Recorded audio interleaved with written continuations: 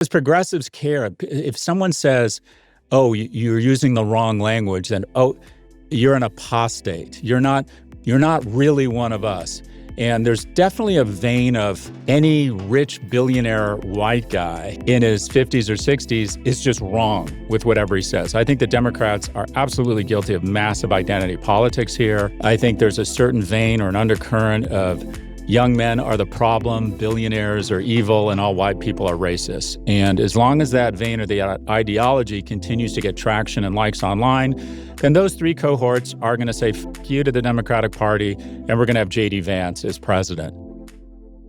In today's office hours, we discuss how employees can speak out against the Trump administration in a safe way, how to fundraise when you're not as connected, and my thoughts on religion. First question. Hey, Prof G Media team. I live in New York City. I currently work at Salesforce. Your company at All Hands yesterday, Mark Benioff, made a crude and inappropriate joke about ICE. My question to you is, outside of resisting and unsubscribing, what can we do as employees to speak out while protecting ourselves from retribution? I want to speak up, but I want to do it in a way that is respectful and calls the kettle black. I do have a blog and I've been toying with posting something, but very recently a coworker was fired from Salesforce back in September while posting on her social media about the Charlie Kirk assassination. I fear the same for myself if I post something. Thanks for fighting the good fight, and know I'm right there with you. Yeah, it's a tough one, but thank you for the thoughtful question. So just some background on what happened at Salesforce. At an internal company kickoff event in Las Vegas, Salesforce CEO Mark Benioff made a remark joking that ICE agents were present to monitor international employees, a comment many staff felt was deeply inappropriate. The joke triggered significant internal backlash, with more than 1,400 Salesforce workers signing a letter urging leadership to publicly denounce ICE and end any business ties with the agency. That's from CNBC. So tech has been the epicenter of employee activism around defense contracts, immigration enforcement tech, surveillance tools, climate exposure, and fossil fuel relationships. So some employee tactics, open letters, often with hundreds to thousands of signatures, walkouts and coordinated protests. I personally hate those. Like, talk about entitled douchebags. Oh, I'm going to walk out over lunch. Okay. Wow, that'll show them. Internal petitions and ethics complaints, media leaks to force transparency, organized employee coalitions inside companies. So we've seen a renewed wave of tech worker activism this year, particularly around immigration enforcement and government partnerships. Most recently, 900 Google employees signed an open letter condemning recent actions by ICE and CBP officers, urging the company to disclose its dealings with the agencies and divest from them. In January, workers and executives representing Amazon, Spotify, Meta, among others, wrote a similar letter demanding ICE out of their cities. Oh, God. Okay, so I think it's easy for a guy, sitting in his cabin or hotel room during ski week to be generous with your livelihood. I think your first priority is the economic security of you and your family. And I think you should be focused on that. And I think you want to gain the traction, credibility, the expertise, such that you can, if you decide to, at some point or not, go to a company that's more or less aligned with your values. I don't think this is the sword you want to jump on. If you're doing well at Salesforce, I would say stick it out, continue to do well, and then decide over time, as you have the currency to go somewhere else that offers the same upside, psychic returns, and economic security, then you can make that decision. But I wouldn't storm out in a blaze of virtue signaling glory. I think your first obligation is to, again, your and your family's economic security. Now, let's talk a bit about Salesforce. I have a bias here because I've known Mark Benioff for about a decade. And I think that the narrative around Mark is unfair. And one of the things I hate about progressives, and I don't know Mark's politics, but based on what I've seen, I would argue that Mark is a quote-unquote center-left progressive and good to his employees, built an amazing company, and has also been a huge benefactor or donor for San Francisco causes. So I think you have to take I think you have to look at all 35 frames of the movie, if you will, of a 35 millimeter film, or is it a 35 millimeter camera? Shit, I don't know. You get what I'm saying. And one of the things I don't like about progressives is that we are playing into J.D. Vance's and Peter Thiel's hands. What do I mean by that? If I'm asked to comment on the Epstein files and I say that we need criminal indictments against the people here who engaged in sex with underage women, the majority of the comments I will get on social media will be, they're not underage women, they're girls. And that's right. But we seem to, on the left, be more concerned with redistributing virtue as opposed to redistributing income or opportunity or fighting fascism. We're in a trench, literally, as a fascist army is about to run us over. And we're sitting here accusing each other of holding the rifle incorrectly. Because progressives care. If someone says, oh, you're using the wrong language, then, oh, you're an apostate. You're not really one of us.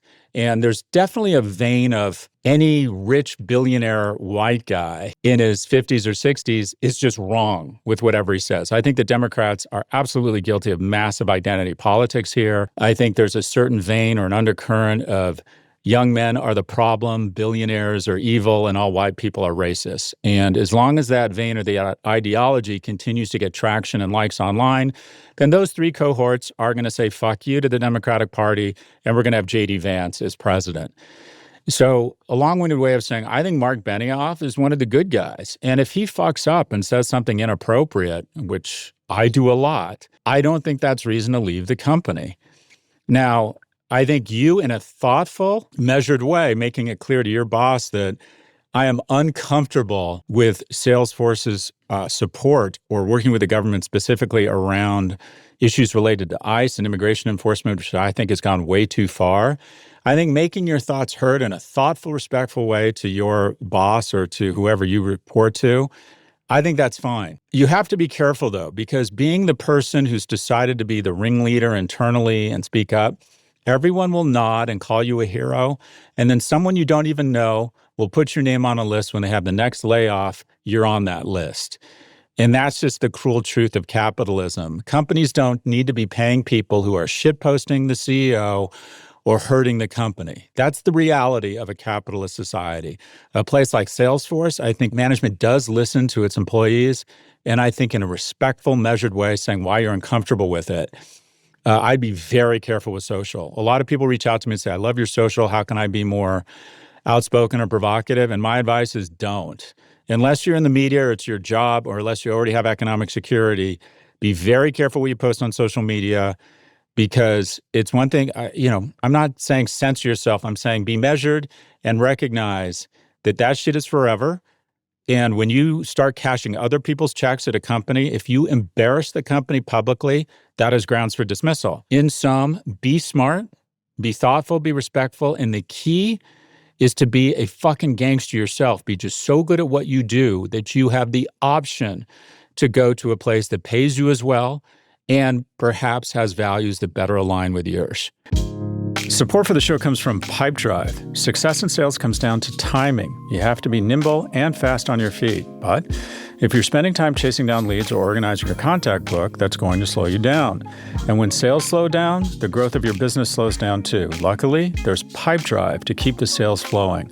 Pipedrive is a sales CRM that is easy to set up and even easier to use. Within minutes, you can have your whole team operating from one centralized platform.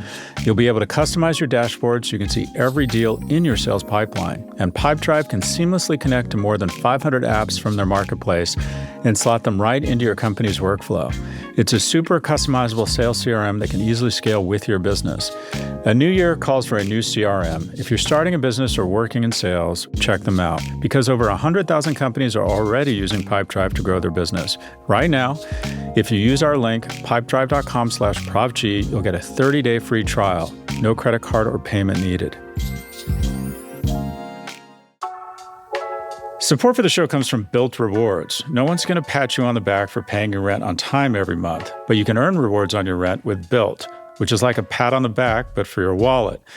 Built is the loyalty program for renters that rewards you monthly with points and exclusive benefits in your neighborhood. With Built, every time you pay your rent, you can earn points that you can put towards flights, hotels, Lyft rides, Amazon.com purchases, and so much more. And now, it's not just for renters. They've recently expanded to allow Built members to earn points on mortgage payments too. Being a Built member also unlocks exclusive benefits with more than 45,000 restaurants, fitness studios, pharmacies, and other neighborhood partners. You can redeem Built points for Built home delivery services, gift cards at over 120 brands, or even towards student loan balances. Basically, paying your rent or your mortgage can feel a whole lot better with Built.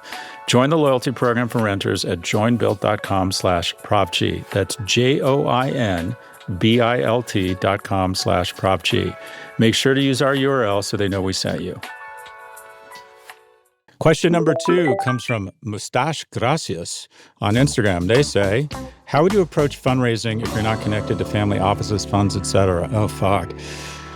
I assume you're in the hedge fund business. The hedge fund business has essentially been consolidated. Boss, it's like, how do you eat an elephant? One bite at a time. I think you have to be in the mix. I think you have to be in New York or San Francisco or London.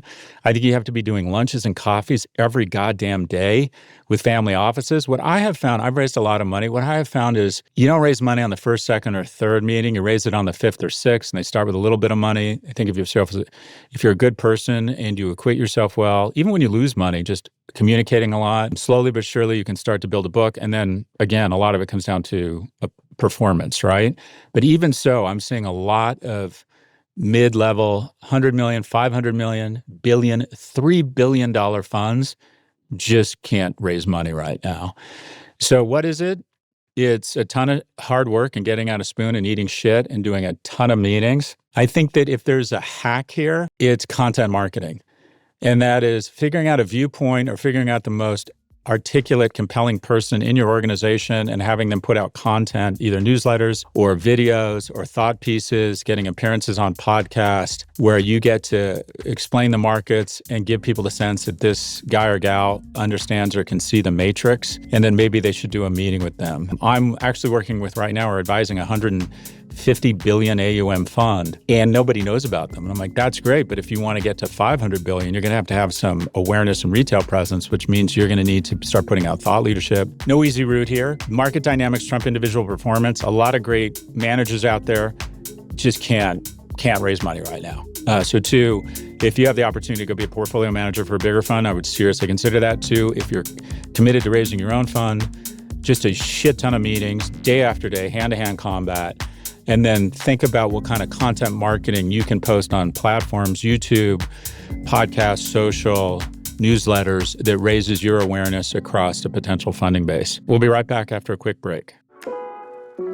Support for the show comes from LinkedIn. It's a shame when the best B2B marketing gets wasted on the wrong audience. Like, imagine running an ad for cataract surgery on Saturday morning cartoons, or running a promo for this show on a video about Roblox or something. No offense to our Gen Alpha listeners, but that would be a waste of anyone's ad budget. So, when you want to reach the right professionals, you can use LinkedIn ads. LinkedIn has grown to a network of over 1 billion professionals and 130 million decision makers, according to their data.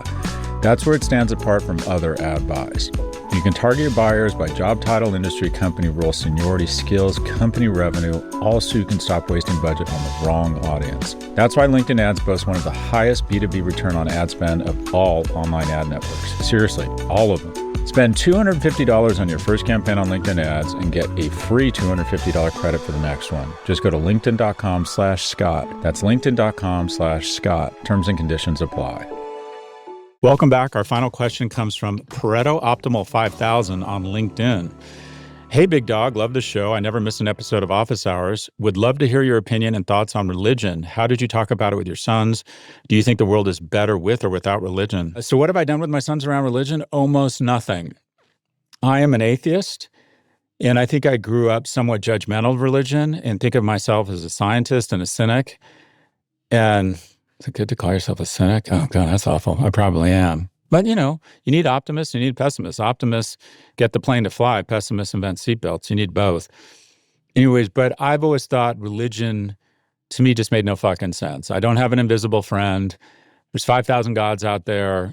I believe in one less than most people. And as Ricky Gervais said, if we burned all of the religious books and then burnt all of the science books in 100, 500, 1,000 years would probably look the same. Whereas the religious books, who knows? Now, having said that, as I've gotten older, I've become much less judgmental. And that is, I think some of the beliefs of religion or some of the theories just make no fucking sense to me. But my belief as a quote unquote scientist is that there was nothing and then it exploded into all this. That kind of makes no fucking sense either. So if people want to believe some sort of divine intervention that built all of this and can help them understand or appreciate, how beautiful nature is and how good they feel when they, hug their kids. Like, I get it. And the fact that religion is used as the connective tissue to get people together on a regular basis to appreciate each other and maybe invest in their community and maybe, wash the feet of others. I think the majority of religion, at least I've come to believe, is probably a net positive. And a lot of people would argue, have good points that no, it's been the catalyst for most death and wars. I get the counter argument here, but I find that the majority of people I know who have some sort of religious upbringing or religious values or beliefs are generally, it's a great guidepost for them, or it's a net positive in their lives. And not only provides them with comfort, but it helps them develop a code around being more graceful and generous with others. I remember my dad's been married and divorced 4 times. I've been to every religious establishment. I remember going to Sunday school with his third wife dropping me off at Sunday school. And the Sunday school teacher would constantly ask, what would Jesus do? So you had to learn about Jesus. And, Jesus probably wouldn't hit Johnny and ask for his lunch money. I think at a very basic level, it has probably been a net positive. It's the extremists in any religion that go batshit crazy and start believing if you're not on my team, you deserve to die or you're less human. That's obviously where things kind of come off the tracks. And I'm a huge believer in a separation of church and state. So what have I done with my kids? Nothing. And I sort of regret it. I did give them a book called A History of Religion, just such that they could be knowledgeable on it. I think it's hard to be a well-read, thoughtful person without at least understanding the basics of religion. But I don't claim to have an answer here. I think this is a very personal question. I think it's a conversation if you're thinking about entering into a long-term relationship with someone, that you have alignment around what you plan to do around religion with your children. My atheism is also a real source of strength for me. And that is, I'm 99.9% convinced, I think it's dangerous to be 100% certain of anything, that at some point I will look into my son's eyes and know our relationship is coming to an end. And that I'm never going to see them again, and they're never going to see me again. And that's okay, because it has provided me with a lot of courage and given me the ability to forgive myself. And that is when I say or do something stupid, which I do every fucking day, I try to forgive myself, recognizing that the shame or the embarrassment I feel, it doesn't matter, because the people I'm worried about, what they think of me, are going to be dead soon, and so am I. And so try to be a good person, try to enjoy yourself, try to love others, take risks, tell people you love them, be willing to make mistakes, risk public failure, live life, dance on tables, dance as if no one is watching you, because guess what? You're going to be dead soon, and so are they. I believe that, and I don't believe I'm going to meet up with people and skirt along clouds and judge other people. I just don't buy that personally. And I find that as liberating for me. Knowing that the end is coming makes me feel more bold with my emotions and my actions. And that's been a real unlock for me. I'd like to somehow communicate that to my kids, but I don't want to tell them it's all going to be over soon, you're going to be dead. And I don't know, that doesn't sound like a very inspiring talk before we head to the Arsenal-Liverpool game. But I have failed, I think, as a father to at least give them enough knowledge around religion such that they're versed or well-versed in something that has played such a huge role in society. And also maybe to give them the chance to make up their own minds. In sum, I have not figured this out, other than to say I believe that atheism is a form of religious belief. And one of the key tenets of atheism that I've come to embrace is that you respect and accept other people's rights or right to believe in a super being. That's a key component. People think of atheists as people who discriminate against people who have faith. No, a key component of atheism is that you, just as you believe you have the right to be a non-believer, you also respect the rights of people to be believers. That's all for this episode. If you'd like to submit a question, please email a voice recording to officehours@profgmedia.com. That's officehours@profgmedia.com. Or if you prefer to ask on Reddit, post your question on the Scott Galloway subreddit, and we just might feature it in an upcoming episode.